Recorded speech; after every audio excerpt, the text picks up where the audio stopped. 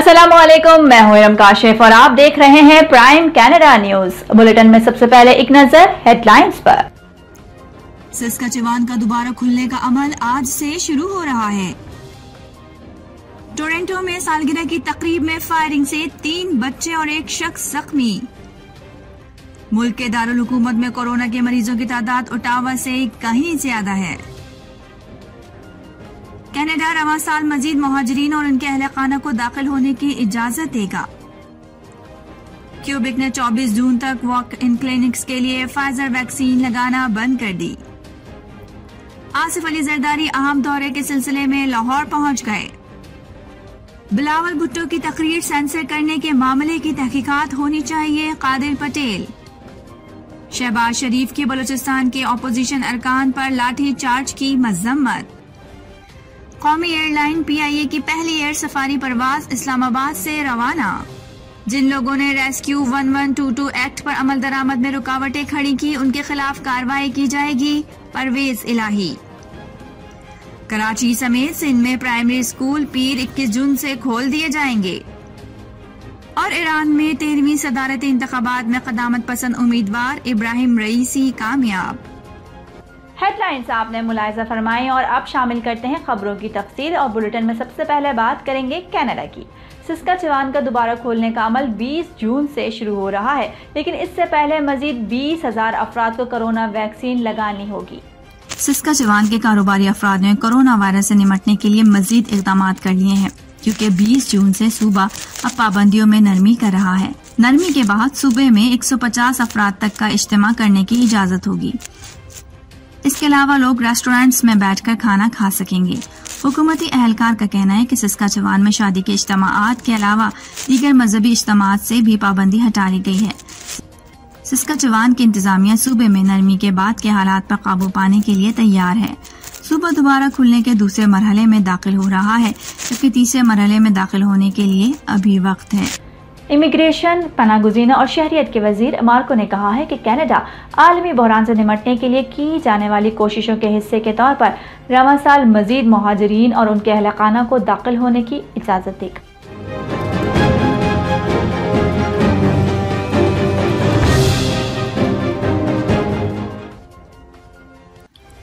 उन्होंने कहा कि कनाडा में इस साल 2 गुना तादाद में मुहाजिरीन को पनाह देगा।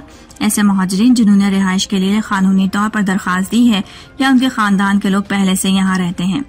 इस साल मुहाजिरीन की तादाद 23,500 से बढ़ाकर 45,000 कर दी गई है। मैंसिनो ने यह भी कहा कि हुकूमत इन महाजिरों की किफालत के लिए 2 सालों में एक इजाफी $3 मिलियन खर्च करने का इरादा रखती है और माशी इमिग्रेशन के साथ महाजिरों की आबादकारी के लिए एक प्रोग्राम का आगाज भी कर रही है। ओटावा के हेल्थ ऑफिसर का कहना है कि मुल्क के दारुल हुकूमत में कोरोना के मरीजों की तादाद ओटावा से कहीं ज्यादा है।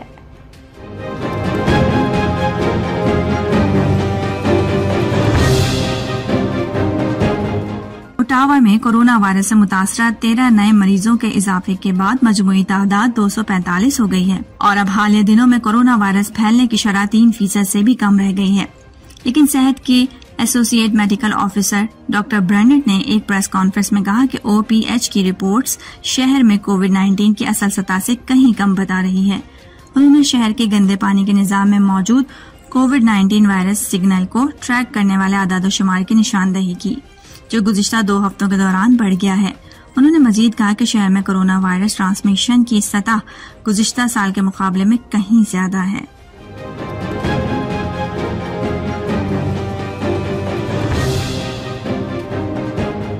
कनाडा के शहर टोरंटो से एक इंतहाई अफसोसनाक खबर शामिल करते हैं, जहां एक सालगिरह की तकरीब में फायरिंग का वाकया पेश आया, जिसके नतीजे में 4 अफराद फायरिंग की जद में आकर शदीद जख्मी हो गए। तफसीलात के मुताबिक ये अफसोसनाक वाकया टोरंटो के मगरबी किनारे में पेश आया। बच्चों की सालगिरह की तकरीब में फायरिंग के बाद 3 बच्चे और 2 बालिग जख्मी हो गए। पुलिस के मुताबिक जख्मियों में एक 1 साला लड़का, एक 5 साला बच्ची, एक 11 साला लड़का और 23 साल का एक शख्स शामिल है। पुलिस हुकाम का कहना है कि ये तकरीब 1 साला लड़के की सालगिरह के लिए मुनक्किद की गई थी, लेकिन पुलिस ने इस बात की तस्दीक नहीं की कि जख्मी होने वाला 1 साला लड़का वही है जिसकी सालगिरह थी। टोरंटो पुलिस इंस्पेक्टर ने एक प्रेस कॉन्फ्रेंस में कहा कि रात 8 बजे से कबल पुलिस को फायरिंग के मकाम पर बुलाया गया था। उन्होंने मजीद कहा कि मुश्तबा अफराद के बारे में सिर्फ इतनी मालूमात दस्तयाब है कि फायरिंग करने वाले अफराद एक से ज्यादा थे और वो इलाके से फरार हो गए। क्यूबेक ने 24 जून तक वॉक इन क्लिनिक्स के लिए फाइजर वैक्सीन लगाने में वक्फा किया है, जिसकी वजह वैक्सीन की खेप पहुंचने में ताखीर बताई जा रही है।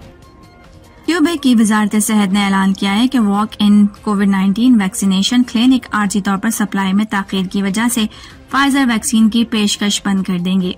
अहदेदारों ने एक न्यूज रिलीज में कहा कि हफ्ते के आखिर में मुतवक्के 5,46,000 खुराकों की खेप आ जाएगी, जिसके बाद 24 या 25 जून को वैक्सीन दोबारा पेश की जाएगी।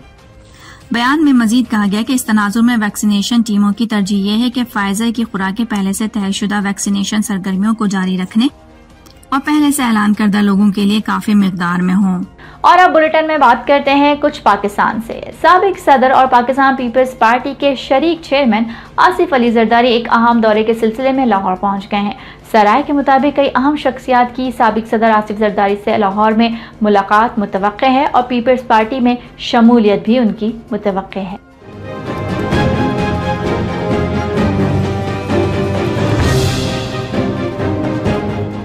जराये का कहना है कि साबिक गवर्नर पंजाब जुल्फिकार खान खोसा की साबिक सदर आसिफ अली जरदारी से मुलाकात का भी इम्कान है।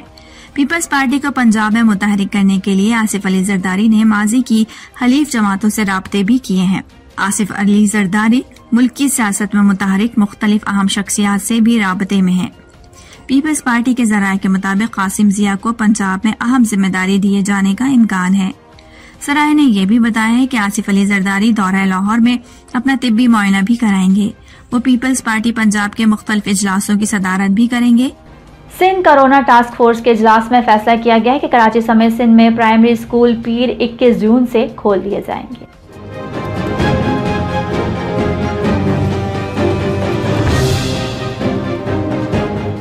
वज़ीर आला सिंध मुराद अली शाह की ज़ेर सदारत सिंध कोरोना टास्क फोर्स का इजलास कराची में हुआ, जिसमें सूबाई वज़रा अजरा पिचूहो, सईद गनी, नासिर शाह, मुर्तजा वहाब और दीगर शरीक हुए।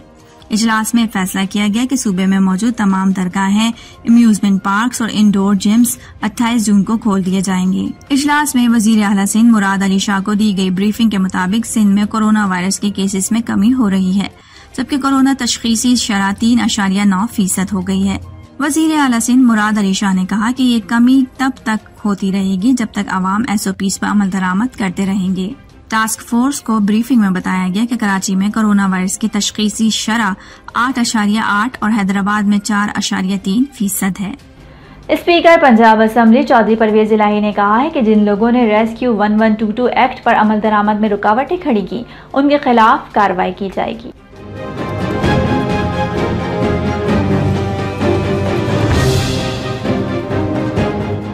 उन्होंने रेस्क्यू एक्ट पर अमल दरामद न करने की वजूहात 21 जून के असम्बली इजलास में तहरीरी तौर पर तलब कर ली। चौधरी परवेज इलाही ने पंजाब असम्बली की स्पेशल कमेटी नंबर 13 के इजलास की सदारत की। उन्होंने रेस्क्यू 1122 एक्ट पर अमल दरामद न होने पर additional chief secretary SNGAD, additional chief secretary home, secretary कानून, सेक्रेटरी रेगुलेशन और सेक्रेटरी INC से तहरीरी वजाहत तलब कर ली। उनका कहना था कि 21 जून के इजलास में तहरीरी तौर पर बताया जाए कि रेस्क्यू एक्ट पर अमल दरामद क्यों नहीं हो सका। कौमी एयरलाइन PIA की पहली एयर सफारी परवाज इस्लामाबाद से रवाना हो गई। एयर सफारी परवाज 13 मुल्कों की शहरियत रखने वाले 91 मुसाफिरों के साथ रवाना हुई, जिसमें से बहुत कसीर तादाद में गैर मुल्की मेहमान शरीक हैं।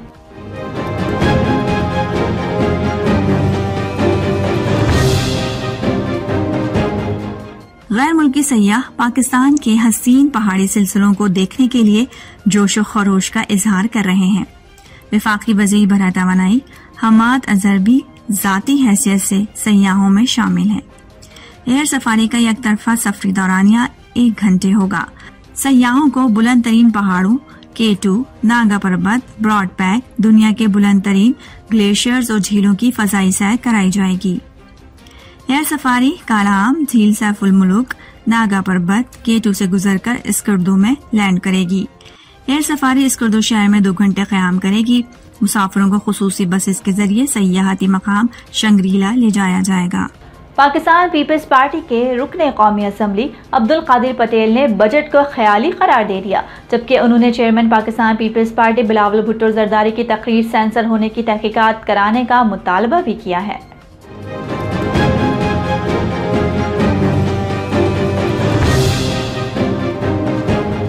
कौमी असम्बली के इजलास में अब्दुल कादिर पटेल ने इजहार ख्याल करते हुए कहा है कि कौमी असम्बली में गुज़िश्ता रोज की बिलावल भुट्टो जरदारी की तकरीर सेंसर कराई गई।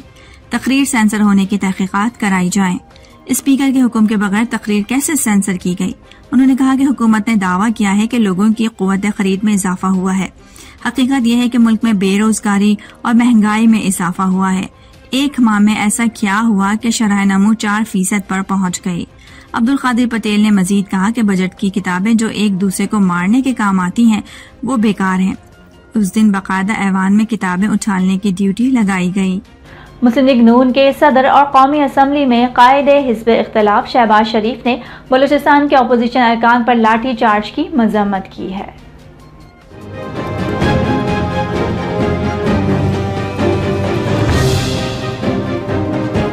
वाज़ेह रहे कि गुज़िश्ता रोज बलूचिस्तान असम्बली में होने वाले बजट इजलास के मौके पर अपोजिशन अरकान और उनके हिमायतियों ने असम्बली के गेट को ताले लगा दिए।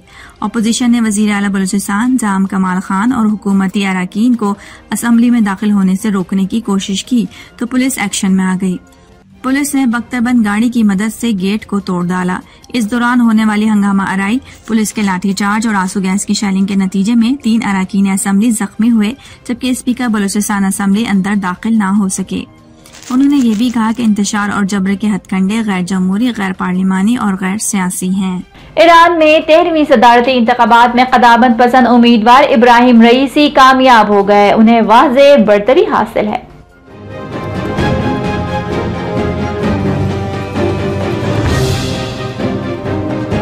ईरानी वजारत दाखिला के मुताबिक अब तक 90% वोटों की गिनती मुकम्मल हो चुकी है। इंतखाबात में 28.6 मिलियन अफराद ने हक़ राय दही इस्तेमाल किया। ईरानी वजारत दाखिला का कहना है कि सदारती उम्मीदवार इब्राहिम रईसी ने 17.8 मिलियन वोट हासिल किए हैं। मोहसिन रजाई ने 3.3 मिलियन वोट हासिल किए। अमीर हुसैन गाजी ज़ादे ने 1 मिलियन से ज्यादा वोट हासिल किए हैं, जबकि अब्दुल नासिर हिम्मती ने 2.4 मिलियन वोट हासिल किए हैं। ईरानी सदारती दौड़ में शामिल 4 उम्मीदवारों में से 3 उम्मीदवारों ने क़दामत पसंद उम्मीदवार इब्राहिम रईसी को जीत की मुबारकबाद दी है। ईरानी सदर हसन रूहानी ने भी बगैर नाम लिए जीतने वाले उम्मीदवार को मुबारकबाद पेश कर दी। ईरान के वाहिद इस्लाह पसंद सदारती उम्मीदवार अब्दुल नासिर हिम्मती ने क़दामत पसंद उम्मीदवार इब्राहिम रईसी को पैगाम में जीत की मुबारकबाद दी है। उन्होंने कहा है कि उम्मीद है कि उनकी हुकूमत कौम के लिए सुकून और खुशहाली लाएगी। दीगर 2 सदारती उम्मीदवारों मोहसिन रजाई और अमीर हुसैन गाजी ज़ादे हाशमी ने भी इब्राहिम रईसी को मुबारकबाद देते हुए कहा है कि मुल्क के मसाइल के हल के लिए इब्राहिम रईसी मजबूत और मकबूल हुकूमत बनाएंगे। अब तक के लिए इतना ही। बाखबर रहने के लिए देखते रहिए प्राइम कनाडा न्यूज़।